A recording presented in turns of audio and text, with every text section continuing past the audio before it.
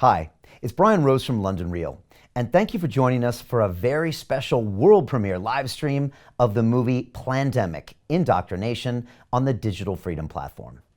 As many of you know, on April 6th of 2020, we broadcast a conversation on London Real with David Icke that became the second largest YouTube live stream in the world that day, only behind that of the President of the United States, Donald Trump. With 65,000 concurrent viewers, nearly 4 times our previous live stream with Icke, this episode was expected to reach 40 million views, making it the largest video podcast in human history. Unfortunately, just 30 minutes later, the entire live stream episode was deleted and banned on YouTube, with no explanation and no communication with us. We decided that this censorship was unacceptable and in direct conflict with our mission here at London Real, to create a mass-scale transformation of humanity into a fully empowered, conscious, and cooperative species. So we fought back and created the Digital Freedom Platform, a censorship-free, independent broadcasting system that is of the people, by the people, for the people, and available exclusively on our website at freedomplatform.tv. This was only made possible thanks to the generous donations of over 35,000 people around the world we affectionately call the London Real Army. They donated their hard-earned money so we can broadcast important ideas in an unscripted, unedited, and uncensored manner and fight back against illegal censorship from these trillion-dollar technology companies. Our supporters are fighting with us on the front lines to protect our most basic and fundamental human right, that to freedom of speech. I might not agree with everything you have to say, but I will defend to the death your right to say it.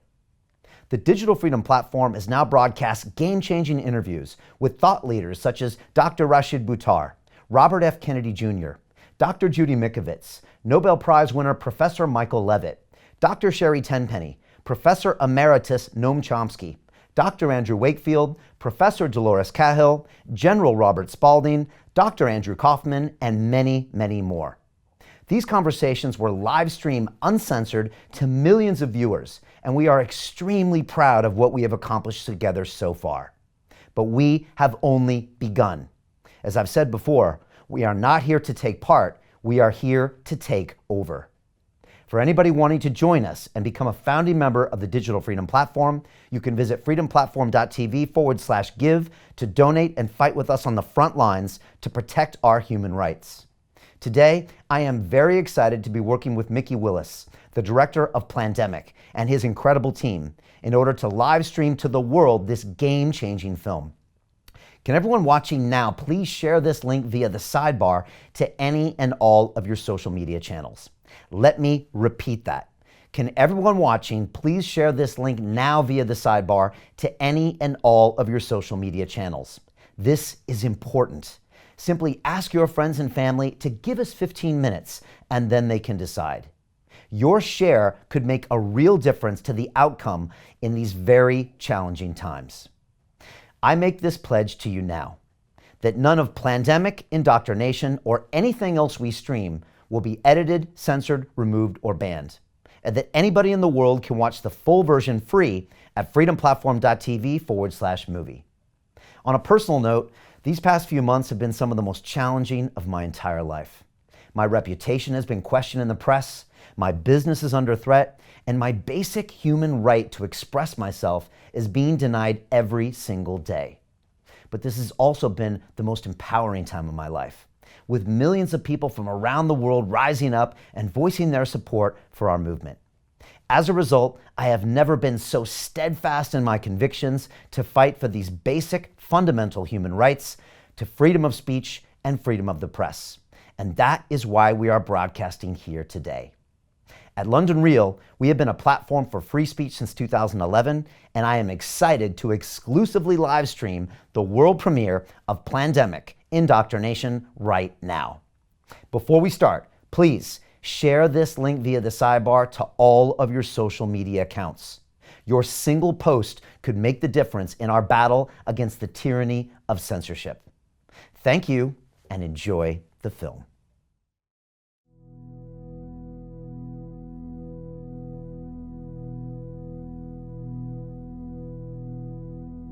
On behalf of our center and our partners, the World Economic Forum and the Bill and Melinda Gates Foundation, I'd like to extend a very warm welcome to our audience here in New York, as well as our larger virtual audience participating online today. The Event 201 scenario is fictional. Today's scenario is going to simulate meetings of a multi-stakeholder group called the Pandemic Emergency Board. We're at the start of what's looking like it will be a severe pandemic. And there are problems emerging that can only be solved by global business and governments working together. There's been some conspiracy theories that are around about the potential that pharmaceutical companies or the UN have released this for their own benefit. And maybe this is a time for us to showcase some cases where we are able to bring forward some bad actors and leave it before the courts to decide whether they have actually spread some fake news. A new coronavirus. Infected people got a respiratory illness with symptoms ranging from mild flu-like signs to severe pneumonia. In related news, a significant demand for personal protective equipment like N95 masks and gloves are on the rise. Patients are overwhelming healthcare facilities. People are avoiding public spaces out of fear of infection and in compliance with public health recommendations. Our U.S. affiliate has just released polling results on public expectations for a vaccine, and 65% of those polled are eager to take the vaccine, even if it's experimental. I'm not optimistic about having a vaccine in time to be relevant during this pandemic. With enough money and political will, anything is possible. Penalties have been put in place for spreading harmful falsehoods, including arrests. If the solution means controlling and reducing access to information, I think it's the right choice. What exactly are the risks and benefits of staying home from work? Absolutely, we need to save lives, but we literally cannot afford a heavy-handed response that suffocates our economy. The world saw large-scale protests and in some places riots. This led to violent crackdowns in some countries and even martial law. The public lost trust in their respective administration. Economists say the economic turmoil caused by such a pandemic will last for years. The societal impacts, the loss of faith in government, the distrust of news, and the breakdown of social cohesion could last even longer. We have to ask, did this need to be so bad?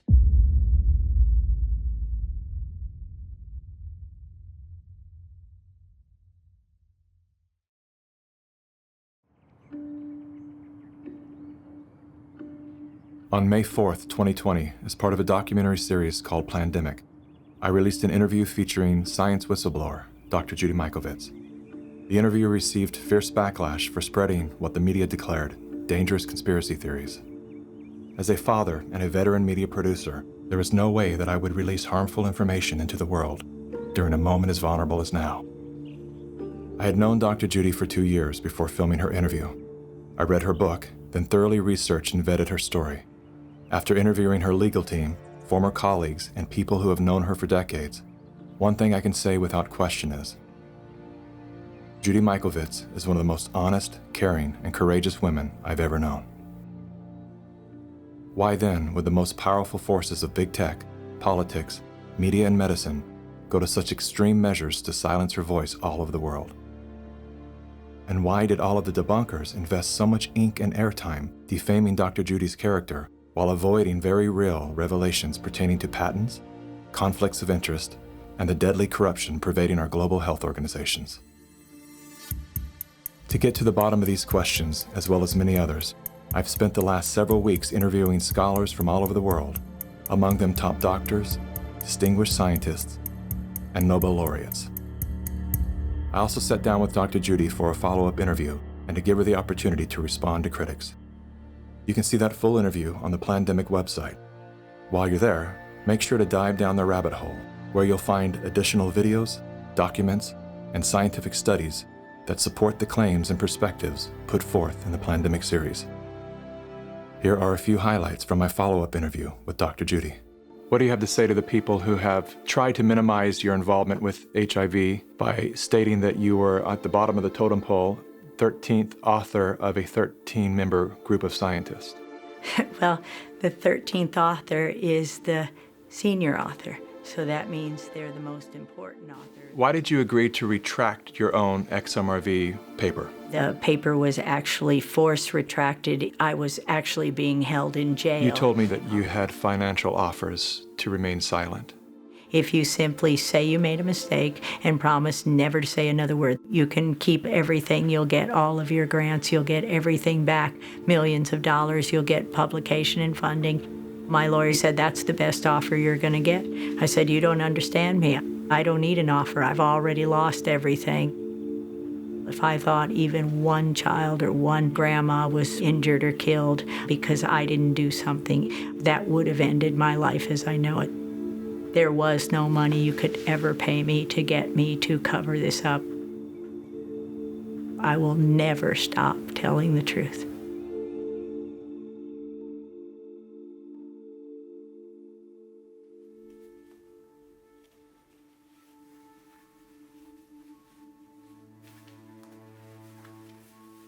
I'm the developer of Linguistic Genomics, which was the first platform on which you could determine the intent of communication rather than the literal artifact of communication.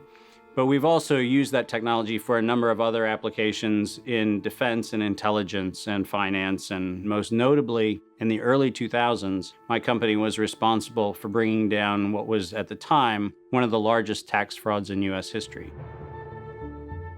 We maintained a series of inquiries into every individual, every organization, and every company that is involved in anything that either blurs the line of biological and chemical weapons or crosses that line in any of 168 countries. In 1999, there were 1 million patents digitized by IBM. And those 1 million patents were the first time human innovation had been put into an electronic digital searchable format.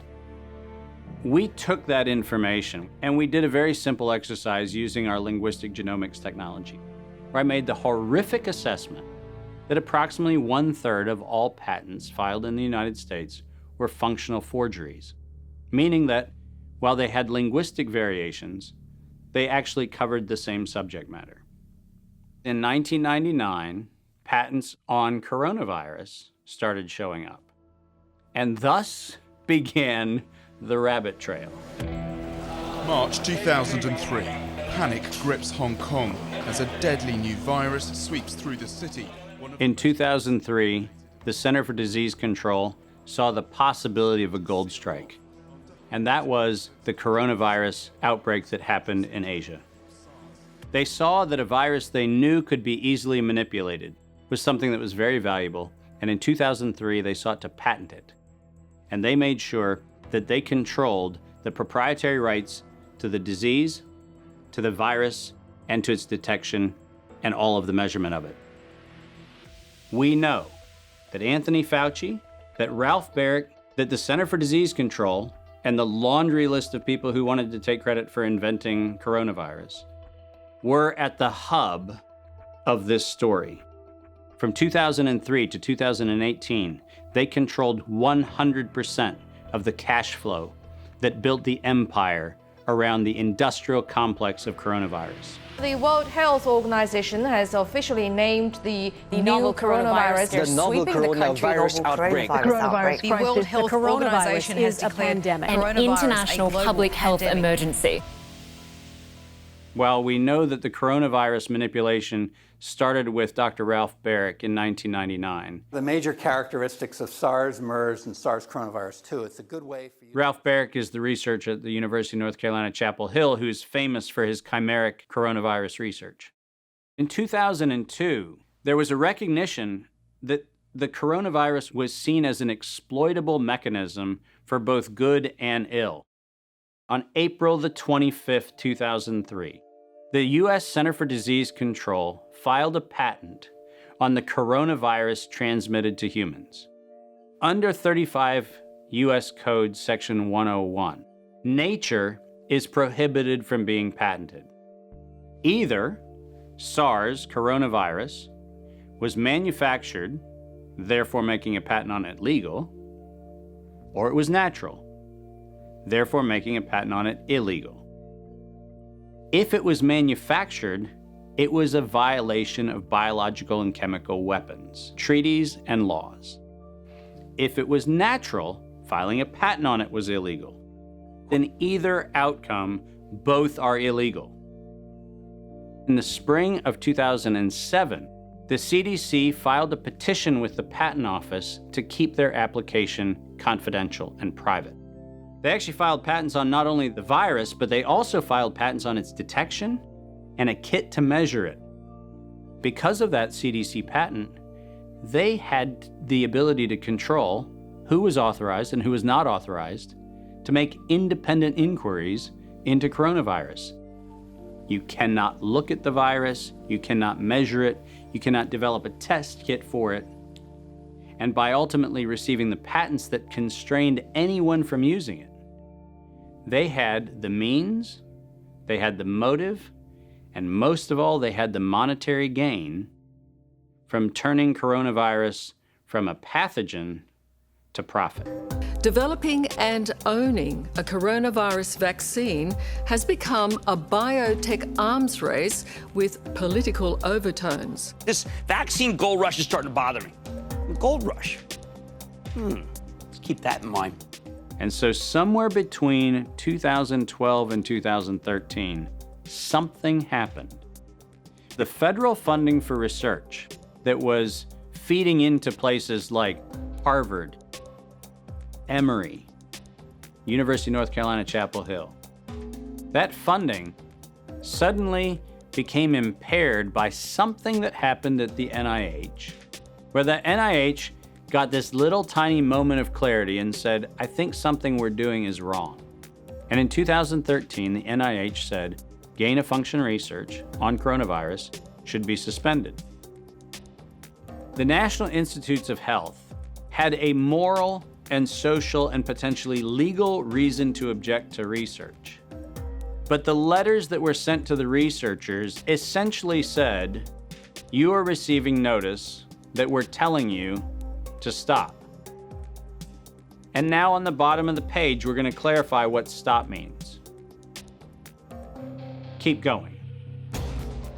But when the heat gets hot in 2014 and 15, what do? You offshore the research. You fund the Wuhan Institute of Virology to do the stuff that sounds like it's getting a little edgy with respect to its morality and legality, but do you do it straight way? No. You run the money through a series of cover organizations to make it look like you're funding a US operation, which then subcontracts with the Wuhan Institute of Virology. The US could say, China did it. China could say, the US did it. And the cool thing is, both of them are almost telling the truth. Where did the coronavirus come from? There is a new investigation into its origins. U.S. intelligence officials tell NBC News that they are examining whether the virus accidentally came from a Chinese lab. Chinese officials pushing back against that claim on Thursday, tweeting that it might be the U.S. Army who brought the epidemic to Wuhan. I was the first person in the world to look at an epidemic and study its characteristics and prove that it was due to biological warfare and was not a natural occurrence. So I published that 28 years ago. Early in this pandemic, I did not think the coronavirus was a natural occurrence from bats. I feel quite convinced that this was a laboratory-designed organism. There have been hundreds and hundreds of leaks from high-containment laboratories that do research on pathogenic coronaviruses and other potentially lethal organisms. I was particularly interested in a paper that came out in Nature Medicine by 5 scientists claiming it was definitely a natural occurrence rather than a lab construct. But the arguments they used did not hold water. They didn't really make a lot of scientific sense. And yet all kinds of very important people started parroting what this paper said. And so that, of course, got me scratching my head saying, why are these people risking their reputation when it's obviously illogical, doesn't hold water? Somebody must have made them publish this, and somebody must have told these other people that they have to say it's a great piece of science. You were quoted as saying it was a meticulous job done professionally. It could be done by somebody very expert in molecular biology, I think. Et c'est pas naturel, c'est ce que vous voulez dire? Non, ce n'est pas naturel, c'était un travail de professionnel, un travail de biologiste moléculaire. C'est un travail très minutieux, on peut dire d'horloger, on peut dire au niveau des séquences. Mais dans quel but? Dans quel but, ça, ce n'est pas clair. Moi, j'expose, si vous voulez, mon travail, c'est d'exposer les faits, c'est tout. See, the problem with all of this is the evidence is right in front of our face. And when confronted with evidence, we are told fact checkers are somehow transcendent. The pace of our modern world makes it nearly impossible for working people to research the events and policies that shape their lives. When seeking answers to life's most pressing questions, where do we go first? Google. Enter the subject, hit go, and there it is. Only what they want us to see. In today's culture of copy and paste journalism, it's common for hundreds of unrelated outlets to feature the exact same report.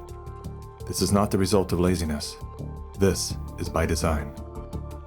When we see identical headlines across seemingly unrelated platforms, the logical mind concludes, well then, it must be true.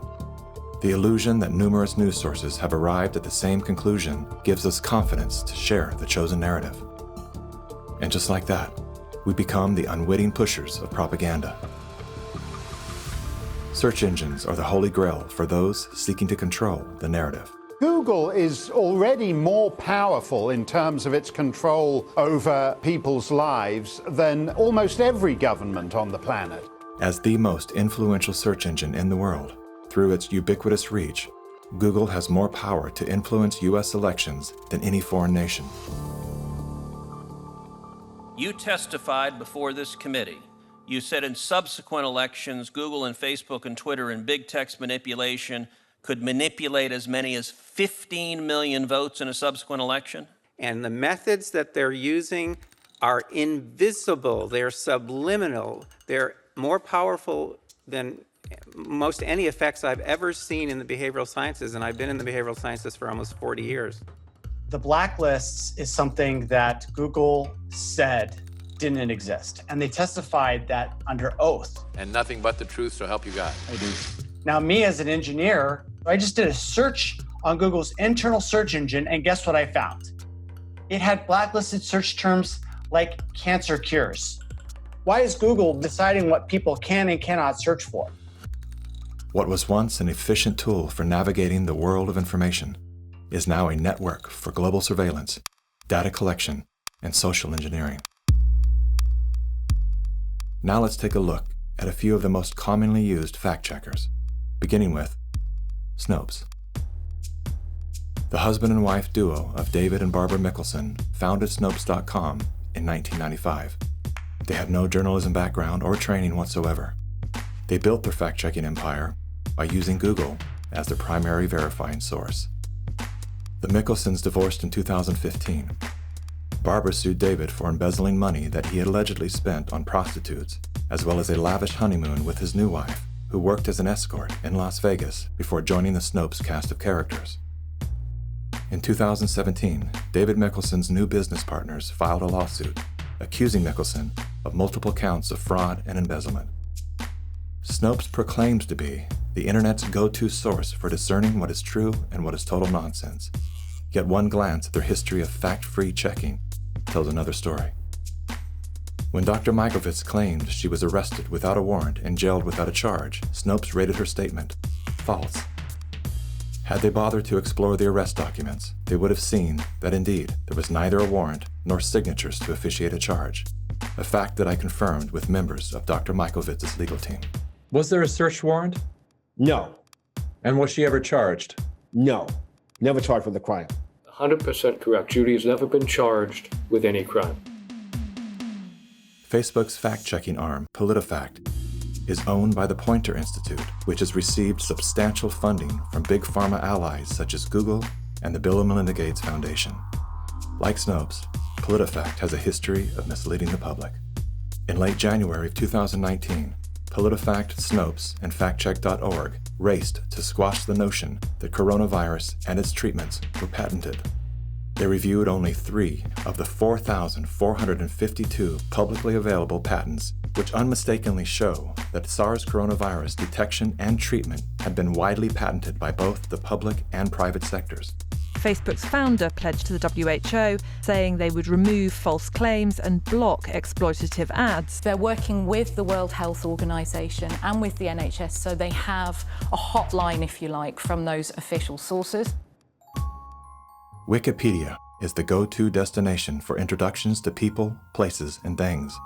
Even the all-knowing Amazon Alexa calls on this digital encyclopedia. Alexa, who is Dr. Judy Mikovits? According to Wikipedia, Judy Ann Mikovits is a former American research scientist who is known for her discredited medical claims.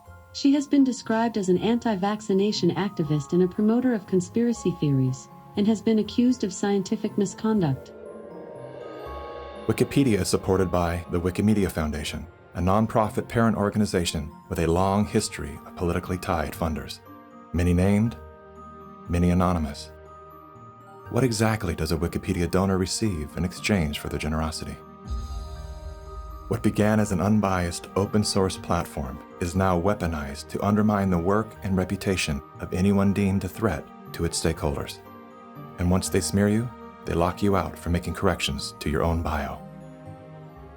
In summary, most independent fact checkers are neither independent nor factual. Simply put, they are political spin machines.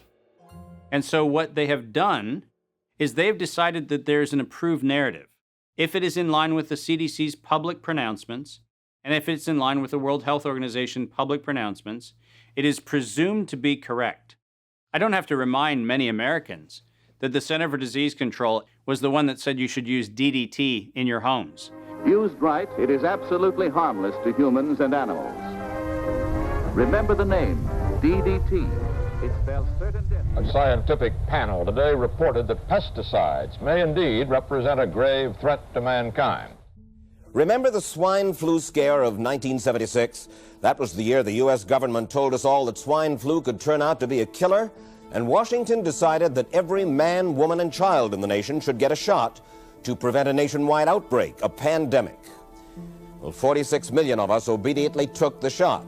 Did anyone ever come to you and say, there's the possibility of neurological damage if you get into a mass immunization program? No. No one ever did? No. I can't believe that they would say that they did not know that there were neurological illnesses associated with influenza vaccination. That simply is not true. We did know that. And he's lying. I guess you would have to make that assumption. Then why does this report from your own agency list neurological complications as a possibility? You didn't feel it was necessary to tell the American people that information. Dr. Sensor's CDC also helped create the advertising to get the public to take the shot. The vaccines are safe, so roll up your sleeve.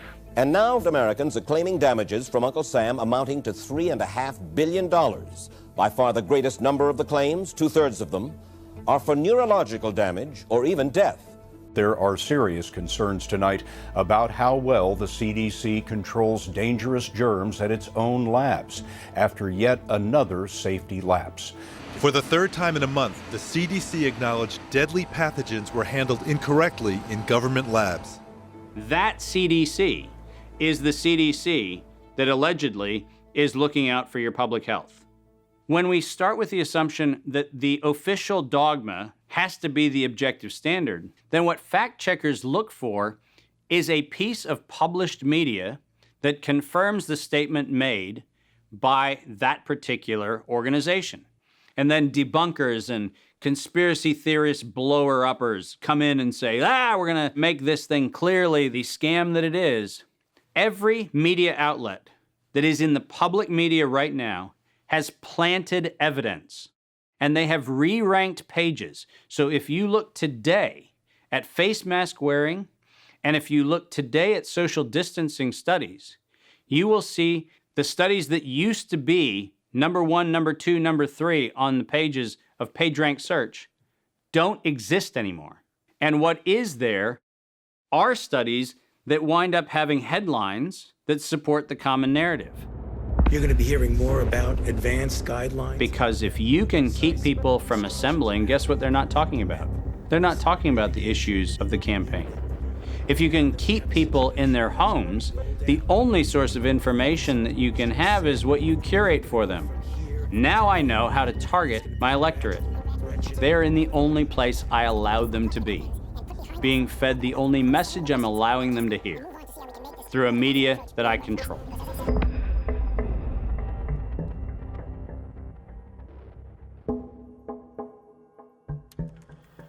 Since the invention of the printing press, there's been a battle to control disseminated information. In the early 1900s, oil tycoon John D. Rockefeller took control of every newspaper and news editor of his era. He became America's first billionaire, paving the way for the power-hungry ever since. Thus began the gold rush for the modern world's most precious resource, the narrative. Do you have any people being paid by the CIA who are contributing to a major circulation American journal? During a Senate committee investigation, it was revealed that the CIA had been conducting a covert operation to infiltrate and control U.S. media. They called it Operation Mockingbird. We do have people who submit pieces to American journals. Do you have any people paid by the CIA who are working for television networks? This, I think, gets into the kind of details, Mr. Chairman, that I'd like to get into in executive session. Over 3,000 CIA contracted and trained operatives were placed in key positions within top media outlets. Posing as editors and journalists, these well-paid actors never dared to question the effect of their lives on the world beyond their cozy studio. How often does the CIA manipulate the media in this way? It goes beyond your wildest imagination. Setting up student organizations so they could draw radical students in. 5,000 university professors co-opted to help the CIA manipulate people's minds. Journalists in the U.S., including big-name journalists, co-opted to function routinely to help the CIA put out stories and biases to the world. As this 1952 CIA memo says, the aim is controlling an individual to the point where he will do our bidding against his will.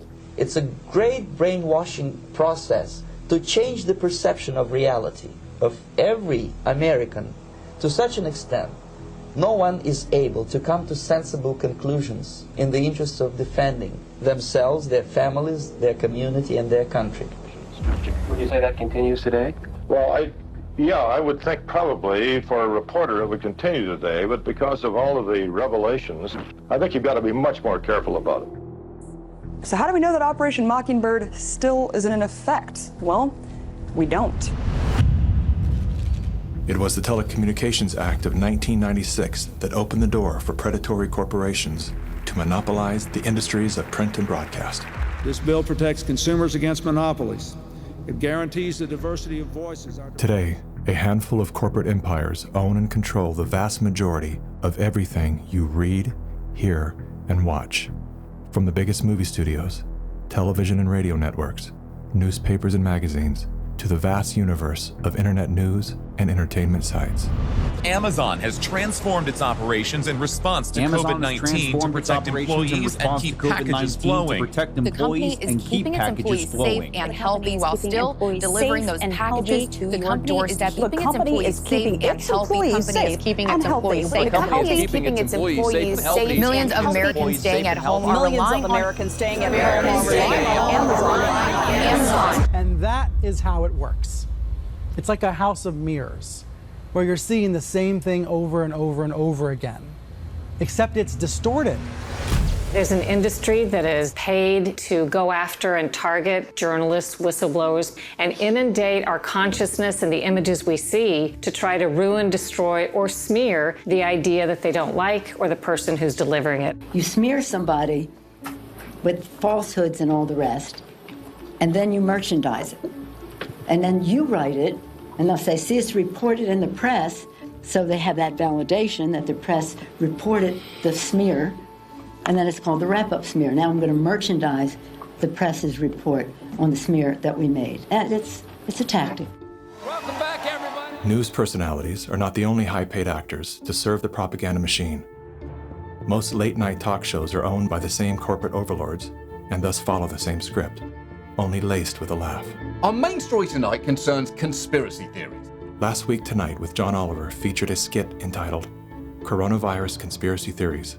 Like the claim that the moon landing was faked. First thing to note here is that Mr. Oliver opens with commentary about conspiracy theories that are completely unrelated to coronavirus.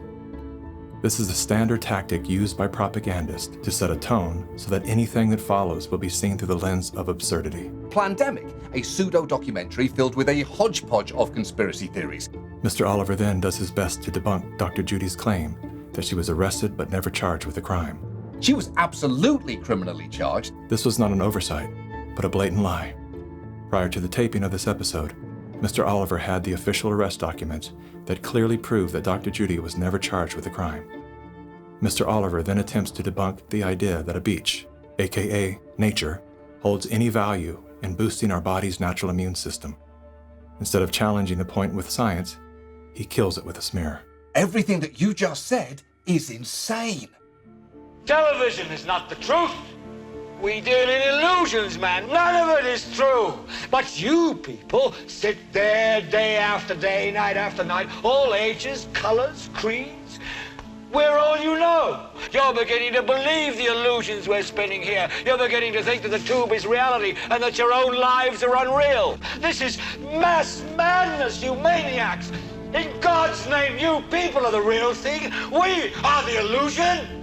So turn off your television sets. Turn them off now. Turn them off right now. Turn them off and leave them off. Turn them off right in the middle of the sentence I'm speaking to you now. Turn them off. In 1979, the world decided that we needed the Bayh-Dole Act because we needed to reform our patent system. And one of the modifications was we allowed recipients of federal funding to patent and retain economic interest in the research that the public paid for. You get a $5 million grant from the taxpayer, and then you get to charge the taxpayer a premium for the technology they paid to develop. Pfizer's going to get nearly $2 billion. Moderna receiving $438 million in taxpayer money. And yet both companies have said they will not sell the vaccine at cost. They're going to make a profit on it. Should pharmaceutical companies profit off this vaccine research that taxpayers have helped fund? The Bayh-Dole Act failed the American people because rather than standing on the shoulders of giants, we now kneel at the feet of greed. My systems flagged anomalies when I started seeing nonprofits and corporates and cover financing for coronavirus programs in the late summer and fall of 2019. Our first red flag came out when we read the World at Risk scenario. Now, there is an organization called the Global Monitoring Preparedness Board.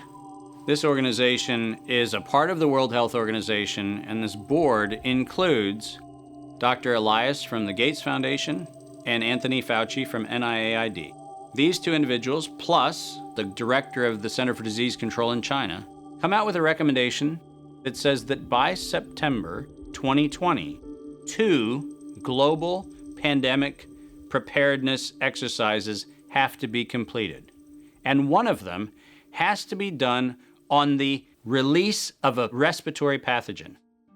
That then gave rise to an October event, Event 201. On behalf of our partners in the Bill and Melinda Gates Foundation. Event 201 took place 5 months before COVID-19 was declared a pandemic.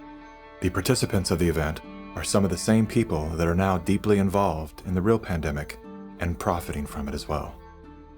Event 201 was a scripted, multi-camera, live event that was broadcast globally via the internet. An event of this complexity and magnitude would take months to write, prep, and produce, placing the conception date at least 1 year prior to the actual pandemic There is no question that there will be a surprise outbreak. Anthony Fauci knew as early as January of 2017 that we would see an outbreak before the end of 2020. Even Bill Gates, a man with no medical training, knew it was coming. If we start now, we can be ready for the next epidemic. Every single thing that you have seen play out in front of your eyes, all of them laid out in their tabletop exercise, which, by the way, fact checkers have said has nothing to do with the coronavirus outbreak. Just happenstance. This is that wonderful universe of improbabilities where events just co-emerge and then nature conveniently backs itself into our architecture. That's the scenario we're supposed to accept. Brilliant. Some countries have banned travel from the worst affected areas. The president has made a decision to suspend all travel to the United Kingdom and Ireland. Dis and misinformation circulating over the internet. Across the world, misinformation about the virus is being shared online. A significant demand for N95 masks and gloves are on the rise. The demand for N95 masks to prevent the deadly airborne virus has surged. We could eventually have 52 million treatment courses per year, but it will take many months to get there. We're still many months out from having something that we can really deploy to the public. And 65% of those polled are eager to take the vaccine, even if it's experimental. A new poll finds that 49% of Americans say they would get a COVID-19 vaccine should an effective one be discovered. I'm curious, who wrote the Event 201 script? If the visionaries of the event knew at least 1 year in advance what was needed, why didn't they take care of those things? Considering that Bill Gates has donated half of his fortune to make the world safer, why didn't he help to better prepare our hospitals and frontline workers? Why didn't any of the event's wealthy sponsors do something?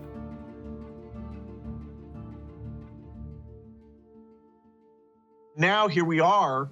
You know, we didn't simulate this, we didn't practice. On behalf of our partners in the Bill and Melinda Gates Foundation. So both the health policies and economic policies, we find ourselves in uncharted territory. Event 201 was not the first scripted exercise to prophesize the future with astonishing accuracy. Leaders of global health and business have been seeding reality with fictional scenarios for several decades. The scenario obviously is fictional. 1 year prior to Event 201, many of the same sponsors, hosts, and actors came together to produce a tabletop pandemic simulation for a fictional virus they branded Clade X. 1 year to produce a vaccine for this is too long. We should have stockpiled, we didn't, but we're going to have to look at that vaccine question to see if we can speed up the delivery. And if we do not have the public with us, we're in big trouble. In 2010, the Rockefeller Foundation released a 54-page document called Scenarios for the Future of Technology and International Development. Page 18 features the pandemic scenario, Lockstep, a world of tighter top-down government control and authoritarian leadership, with limited innovation and growing citizen pushback. China's government was not the only one that took extreme measures to protect its citizens from risk and exposure. During the pandemic, national leaders around the world flexed their authority and imposed airtight rules and restrictions, from the mandatory wearing of face masks to body temperature checks at the entries to communal spaces like train stations and supermarkets. Even after the pandemic faded, this more authoritarian control and oversight of citizens and their activities stuck and even intensified. We are living in a time where leadership, unfortunately, is compromised. And by that I mean that individuals are placed in power for their ability to be influenced, not their merits of leadership. Nothing could be clearer than the leadership of the World Health Organization. The World Health Organization is the institution granted exclusive power to guide and protect the health and wellness of humanity. The WHO is sustained by private donations, the bulk of which are made by pharmaceutical and biotech corporations who have a vested financial interest in the organization's support. In 2017, the Associated Press reported that the WHO routinely spends about $200 million a year on travel expenses, more than what it spends to fight some of the biggest problems in public health, including AIDS, tuberculosis, and malaria combined. The WHO's repeated issuing of inaccurate and bad advice is not merely the result of incompetence, but rather the direct result of the Communist Party of China deliberately buying out WHO's leadership. On the nomination of the Executive Board, appoints Dr. Tedros Adhanom Ghebreyesus as Director General of the World Health Organization. Tedros Ghebreyesus is the World Health Organization's first Director General that isn't a medical doctor. No Tedros for WHO! No Tedros for WHO! The appointment to the organization's highest position was controversial, given that in his previous role as Ethiopia's health minister, Tedros was accused of covering up 3 major health epidemics. Tedros is no stranger to controversy. As a former Minister of Health in Ethiopia, he has been accused of an alleged cover-up of 3 possible cholera epidemics. Prior to his appointment, Tedros was a high-ranking member of the Tigray People's Liberation Front, a brutal and corrupt political group responsible for crimes against humanity, including bombings, kidnappings, tortures, and killings. How does a man with such a controversial past score the top position at the world's most influential health organization? I have known Bill and Melinda for many, many years now. While serving as Ethiopia's health minister, Tedros became intimately intertwined with both the Gates Foundation and the Clinton Foundation. The health minister of Ethiopia, one of the ablest public servants I ever worked with. With the backing of the 2 most powerful foundations on earth and the full support of the Communist Party of China, Tedros was a shoo-in. We will have many body bags in front of us if we don't behave.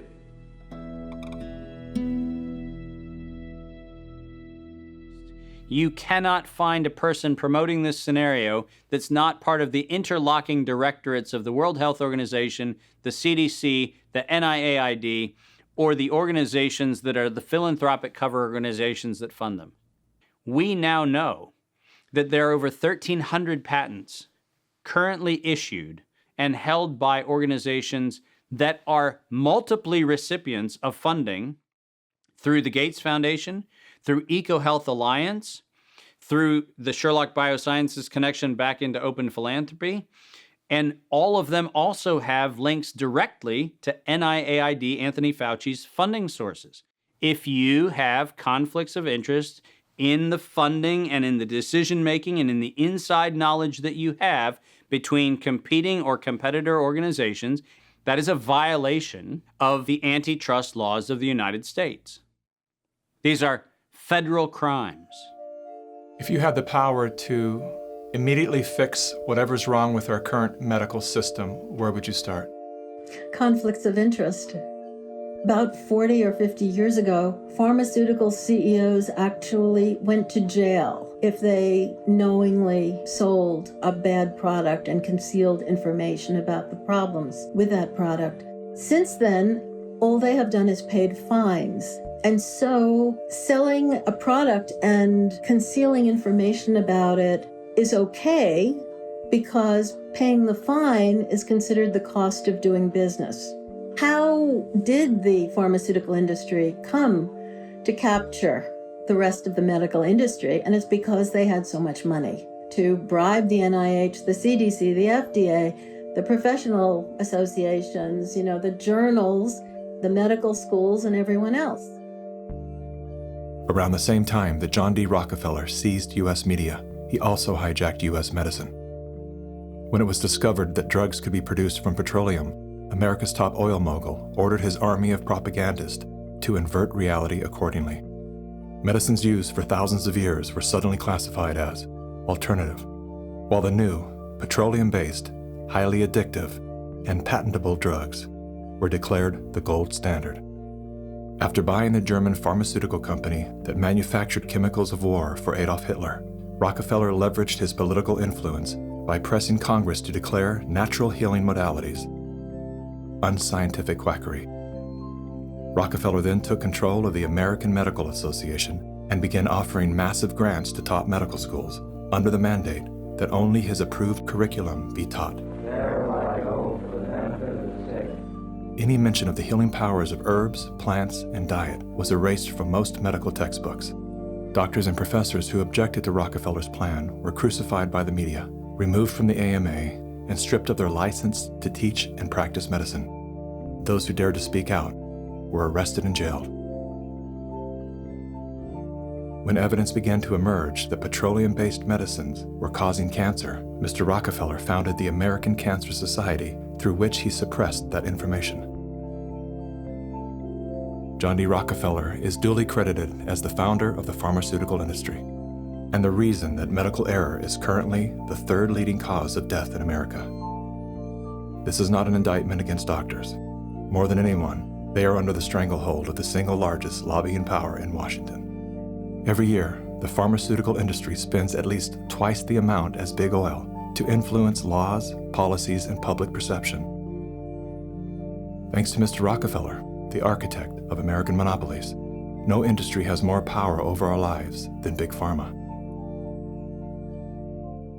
Part of the problem, and this, by the way, goes back to the 1980s with Microsoft, is Bill Gates found out that it was very difficult to manufacture a way to navigate through the patent universe, saying that it's Microsoft holding the patents. And he became the architect of a very cunning program of putting patents in holding companies that didn't have anything to do with the name of the organization. According to legend, young Bill Gates built his computer empire out of his garage. Reality tells another story, that Bill Gates was born into wealth and privilege. Both his grandfather and great-grandfather were banking moguls. His father, William Gates Sr., was a prominent Seattle-based lawyer and political lobbyist. Through his father, Bill Gates learned the ins and outs of law and politics and how to manipulate those governing forces. I'm Bill Gates, chairman of Microsoft.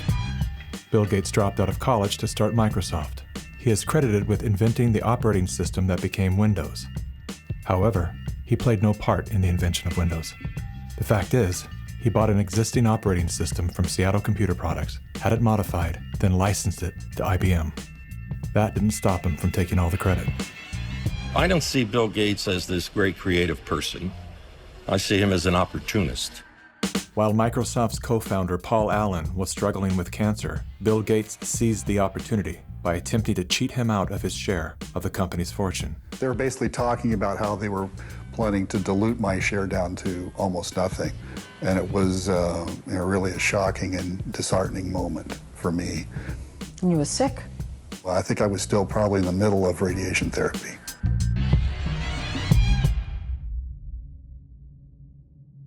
Gates' business strategies came under fire in 1998 when the United States Department of Justice sued Microsoft for antitrust violations. This is tape 3 of the videotape deposition of Bill Gates on September. During the 18-month trial, Gates gave hours of videotape testimony.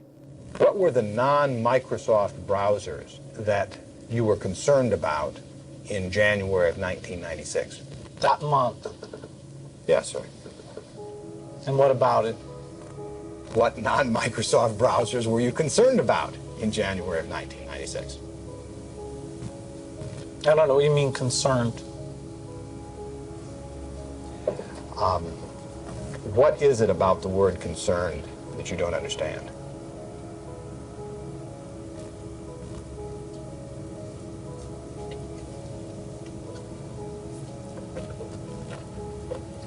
I'm not sure what you mean by it. The Justice Department has charged Microsoft with engaging in anti-competitive and exclusionary practices designed to maintain its monopoly in personal computer operating systems. In a move to overshadow the negative press, Gates invested $100 million to set up the Bill and Melinda Gates Foundation. Overnight, Bill Gates transformed his public image from ruthless tech monopolizer to the world's most generous philanthropist. I'm pleased to announce that we're pledging an additional $1 billion to... We had the chance to witness Bill Gates 2.0, the man you don't know. The rebranding campaign paid off. His net worth swiftly doubled, earning Bill Gates the title of richest man in the world. You've invested $10 billion in vaccinations over the last 2 decades, and you figured out the return on investment for that, and it kind of stunned me. Can you walk us through the math?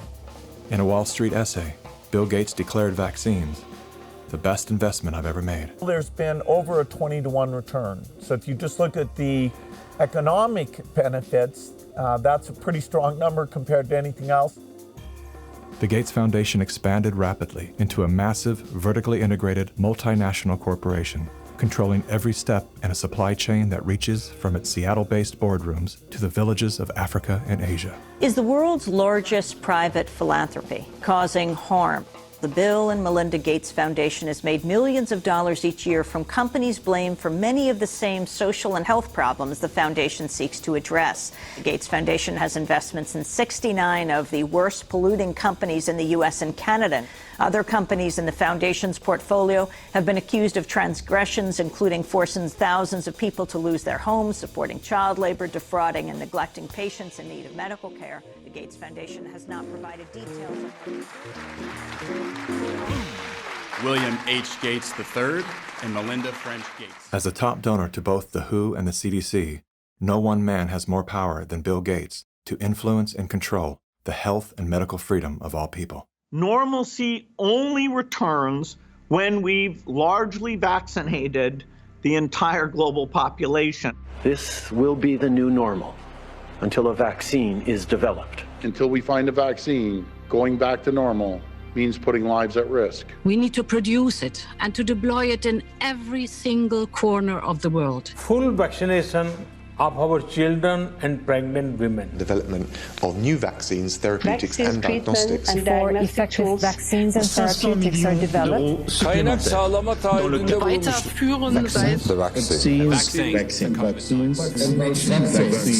We've already bought the syringes. We already know where it's going to happen. We're thinking about what that's going to be. It's all part of this plan. Our military is now being mobilized, so at the end of the year, we're going to be able to give it to a lot of people very, very rapidly. In 1986, President Ronald Reagan signed the National Childhood Vaccine Injury Act, granting total immunity to vaccine manufacturers. After a decade of lawsuits related to vaccine injuries and deaths, vaccine makers were going bankrupt. In a move to coerce policymakers, vaccine companies threatened to stop making vaccines until they could be legally shielded from liability. To this day, when someone is injured or killed as the result of an adverse reaction, it is the U.S. taxpayers that pay for the damages. Welcome back. Were several Indian tribal girls used as guinea pigs? The report alleges that 2 American pharma giants' untested vaccine was administered to thousands of tribal girls without proper study and paperwork. India was among the hardest hit after Bollywood celebrities were incentivized by the Gates Foundation to urge the public to submit to mass vaccinations. In 2009, tribal children were administered the HPV vaccine. Over 24,000 girls were told they were being given wellness shots, in many cases without the informed consent of a parent or a guardian. The people that were administering these vaccines lied to the guardians of these girls and told the girls, oh, this is going to cure cancer, you're never going to have cancer. And these girls became severely injured. Some of them developed seizures, some of them developed cancer, and 7 girls died. And there was no insurance, there was no assistance for them. And the Gates Foundation denied that it had been clinical trials. And it was so bad that the parliament in India created a task force, they studied it, and they kicked out the Gates Foundation.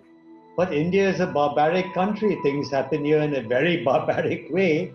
But I was surprised to find an American organization operating in broad daylight, doing things in a very, very, let's say, Indian fashion. And so the route I took was that I want the whole procedure to be investigated.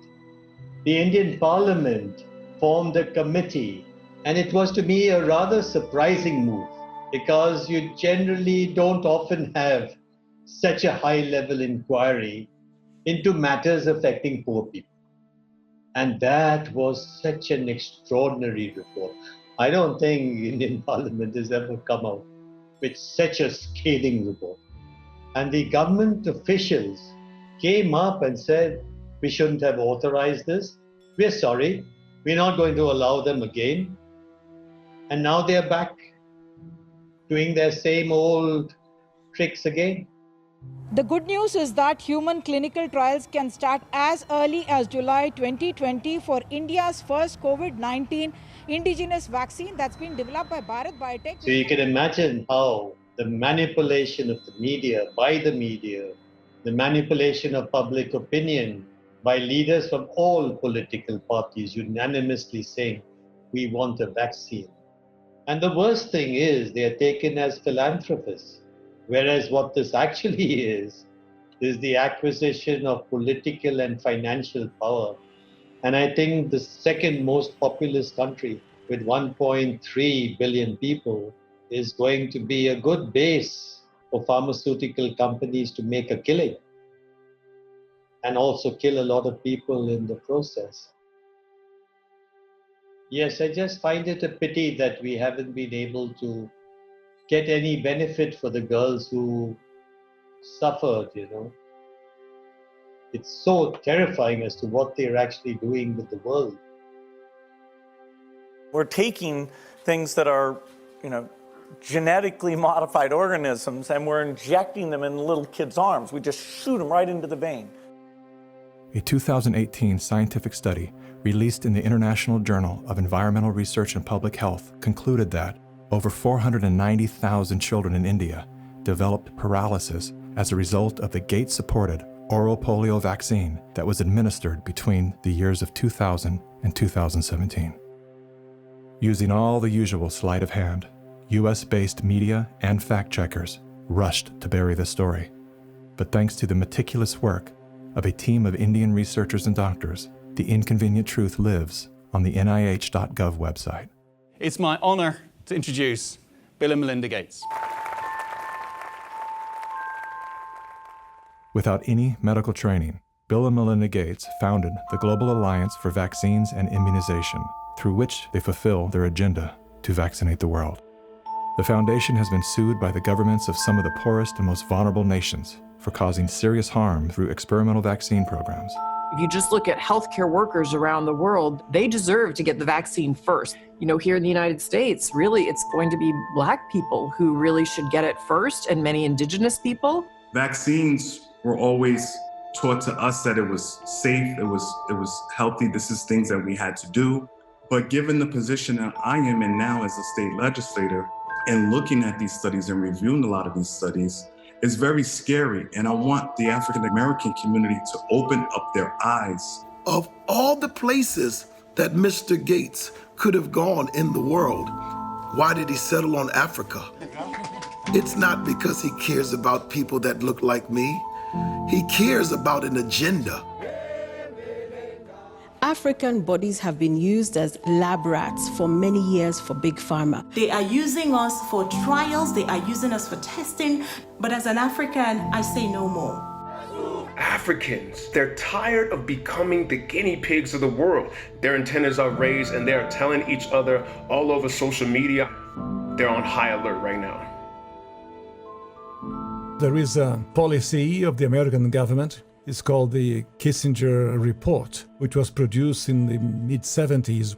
And it explicitly states that the purpose of the foreign policy in Africa was to reduce the population because they have great mineral resources there. At the time, Kissinger and those involved with the Carter administration wanted to shrink the population, make sure that the Africans do not develop and do not use the resources for themselves, because we in the States, we need them. There is a concerted effort of foreign powers to control the population of Africa. Some children did survive the botched vaccinations last month and will recover, but 15, all under the age of 5, died from fever, vomiting, and diarrhea. Human errors contributed to the unfortunate deaths of the children. How can you believe Big Pharma, but not believe these parents when they tell you that their children have been injured by Big Pharma? I don't care how big this corporate machine looks. As a parent, I can tell you, these people will never stop fighting for their kids.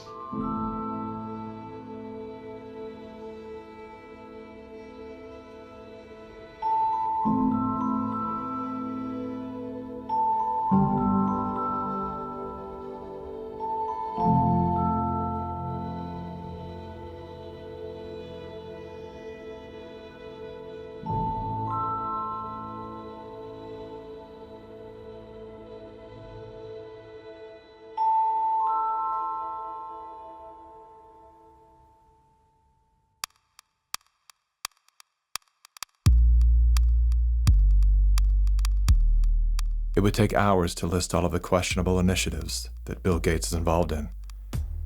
Here's a few of the highlights. Gates is one of the key funders in the stratospheric-controlled perturbation experiment designed to block out the sun in an effort to control global warming by releasing massive amounts of calcium carbonate and other materials into the upper atmosphere. Critics, including environmental scientists, have called the project a global genocide experiment. Gates has invested over $1 billion in Earth Now's global surveillance project. The project will launch hundreds of satellites into space, which will allow for the 24/7 monitoring of all people everywhere. In partnership with MIT, Bill Gates has developed a new technology that allows vaccines to be injected under your skin along with your medical records. The quantum dot tattoo will implant an invisible certificate that can be scanned by authorities using a cell phone app and infrared light. Eventually, what we'll have is certificates of who's a recovered person, who's a vaccinated person. So eventually there will be this digital immunity proof. The EPA recently approved an experimental use permit to Oxitec, a biotech company funded by the Bill and Melinda Gates Foundation. In an effort to fight malaria, Oxitec will soon release millions of genetically modified mosquitoes in various U.S. states. According to the NIH website, programs are being developed to allow human immunization via mosquito bite. It was Science magazine that coined the phrase, flying syringes. Would you raise your hand, please? Do you solemnly swear the testimony you're about to give in the matter now pending should be the... A shocking new report from the New York Times sheds light on the connection between Microsoft founder Bill Gates and the late Jeffrey Epstein. You report these two men met at least 6 times. Well, I believe there were more. This included visits to the mansion, seeing each other in Seattle, flying on Epstein's plane. When flight logs revealed that Gates had been a passenger on the Lolita Express, he claimed that he didn't know that the private jet belonged to Epstein. He also denied that he and Mr. Epstein were involved in any business deals. However, an expose by the New York Times revealed that not only did Bill Gates initiate a relationship with Jeffrey Epstein well after he was convicted of sex crimes, but the two were also involved in the process of co-founding a multi-billion-dollar charitable fund. Why would they ever set up a charitable trust benefiting Jeffrey Epstein? That it was all about philanthropy, that Bill Gates just wanted to find new sources of money.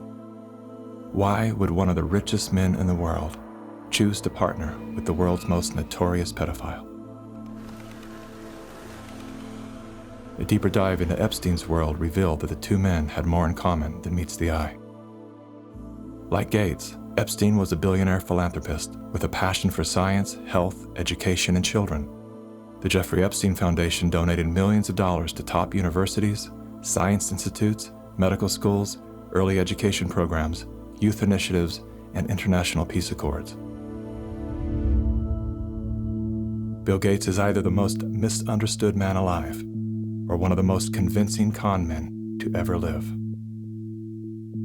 Is he a benevolent hero or a malevolent opportunist? Bill Gates. Personally, I would love to believe that one of the richest men in the world is giving away his fortune for the betterment of humanity.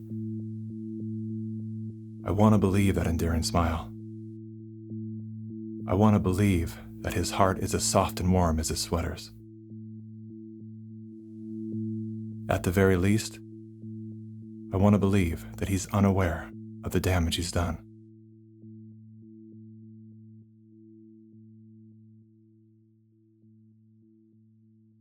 I'm happy to announce that we've discovered a vaccine. We no longer have to live in fear. Everyone can get back to their normal lives. It's the great hope galvanizing the world. A vaccine for COVID-19. But are we being sold a lie? After all, COVID-19 is the 7th coronavirus to strike mankind, and we've never found a vaccine for any of them. The shortest time anybody's ever found a vaccine against any disease that I'm familiar with is about 7 years. The average time is 20. To be talking about a magic bullet coming in months, it borders on the absurd. People like myself and Tony Fauci are saying 18 months. A year to a year and a half. If everything went perfectly, we could do slightly better than that. But there will be a trade-off. We'll have less safety testing than we typically would have. And so governments will have to decide, do they indemnify the companies and really say, let's go out with this? Something that people should know about COVID-19 vaccines is they fall today under the PrEP Act, which came into being after 9/11 and after an anthrax scare. And this law gives virtually blanket liability protection. It's basically impossible to get any kind of compensation if you're injured. So people need to understand that if you take COVID-19 vaccines, you are absolutely on your own. If you're permanently injured, if you lose your job, if your healthcare expenses go through the roof, tough luck. Volunteers all across the country began getting shots today as part of the final phase of testing for an experimental vaccine being developed by the NIH and the drug company Moderna. The side effects for the Moderna vaccine sound concerning. We looked. After the second dose, at least 80% of participants experienced a systemic side effect. So, are these vaccines safe?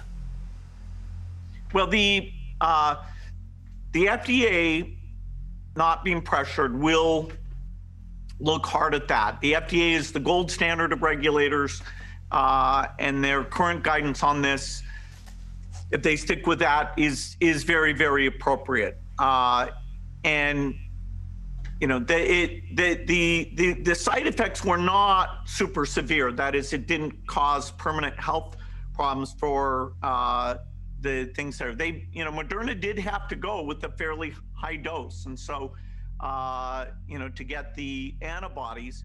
This isn't a vaccine story. This is a population management story. If your goal is to make this beautiful earth that we live on an exclusive playground for the entitled few, then populations that get in the way are a problem.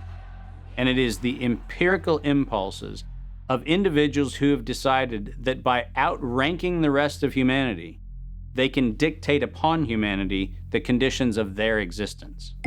Now we need to go and look in families to find those people who may be sick and remove them and isolate them. This bill enables the police to enter a home without a warrant. Madam Speaker, the police have never held that power. We will find out who lives in the house. If it's someone that is refusing, we will definitely consult with our health officer to look into next steps. So the Sheriff's Department and the Health Department showed up at her door with orders for her and her husband to wear ankle monitors. The couple says they never denied self-quarantining. You will no longer be able to leave home. Only one person will be able to go shopping once per day. Recreational activity is now no longer allowed. You will be allowed to have 1 hour of exercise no further than 5 kilometres from your home. Are you serious? Just for not having a mask? For no mask? Are you serious? We will shut you down. We will cite you. And if we need to, we will arrest you and we will take you to jail. You know the old expression about snitches? Well, in this case, snitches get rewards. Some people are ratting their neighbors out, calling the police, but others are turning to the internet, where social distance shaming has gotten ugly. In a time of crisis, trying to force compliance upon a population by making neighbors and friends distrust one another is exactly the opposite tactic we actually need. When human societies lose their freedom, it's not usually because tyrants have taken it away. It's usually because people willingly surrender their freedom in return for protection against some external threat. That's what I fear we are seeing now. This is a cognitive dissonant moment, which is being imprinted in your brain, just like remember the Great Depression, remember 9/11. Weapons of mass destruction. We are being conditioned to have the excuse for unbelievable acts of tyranny, which will be justified by remember 2020. And your loved ones, those that die, those that are infected, they're being used as cannon fodder, which is the ultimate desecration of their honor and integrity. And this is also a test of humanity, to see how much of our liberty we will let go before we finally draw the line under enough. Benjamin Rush, a signer of the Declaration of Independence, stated, "Unless we put medical freedom into the Constitution, a time will come when medicine will organize into an undercover dictatorship to restrict the art of healing to one class of men and deny equal privileges to others. That time is now." Well, this won't be the last pandemic that we face. So we'll have to prepare for the next one. That, I'd say is, will get attention this time. Mm-hmm.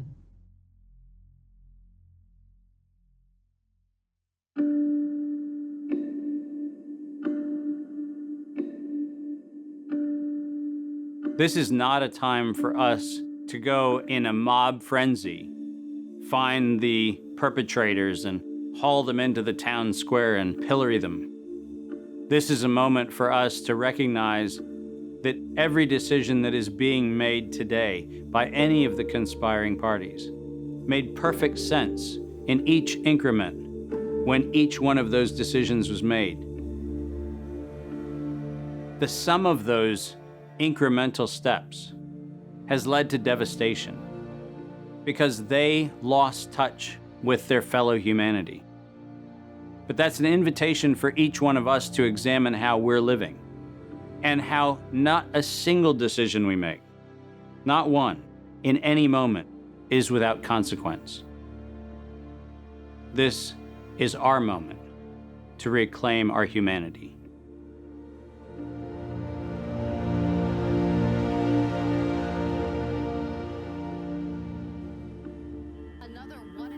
Our lives are shaped and guided by stories.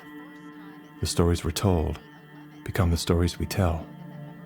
The more we hear them, the more we believe them.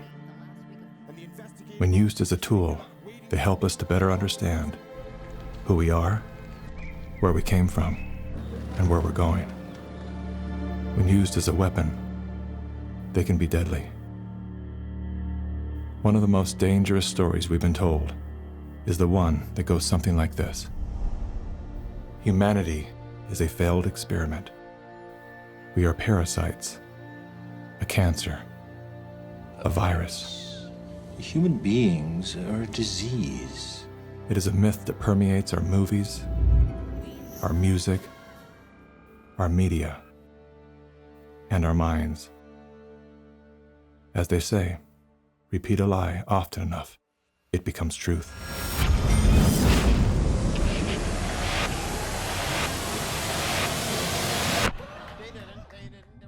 Perhaps that was the goal of the authors of that story. We feel too afraid to have kids because we feel that we're heading towards civilization breakdown as a result of Fear shuts down the part of our brain designed to solve problems. Without that ability, we look for others to guide and save us. In doing so, we lose touch with our most primal nature. We forget that we are an extension of the most brilliant and resilient ecosystem in the universe. We stop eating food grown from the earth and begin consuming products processed from machines. We trade medicines that heal for drugs that harm. We abandon love and liberty for debt and dependency. The good news is, our story is not over. The climax has yet to come. That moment when the hero rises from defeat, summoning a force they forgot they had. A force within, a force of nature.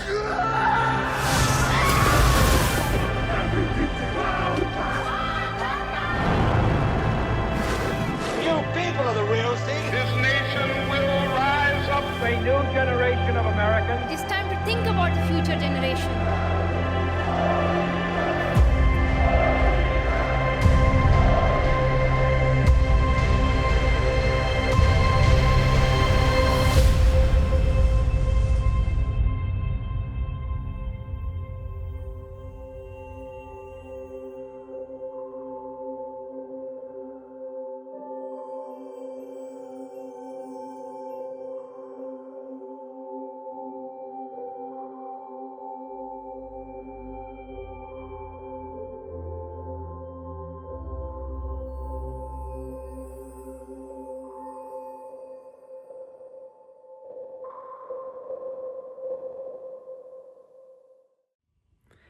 And that is the conclusion of Plandemic Indoctrination. Wow. I hope you enjoyed that film as much as I did. I just want to say a massive thank you to every single member of the London Real Army worldwide, the over 35,000 people who donated to create the digital freedom platform that was used to stream this film to you absolutely free.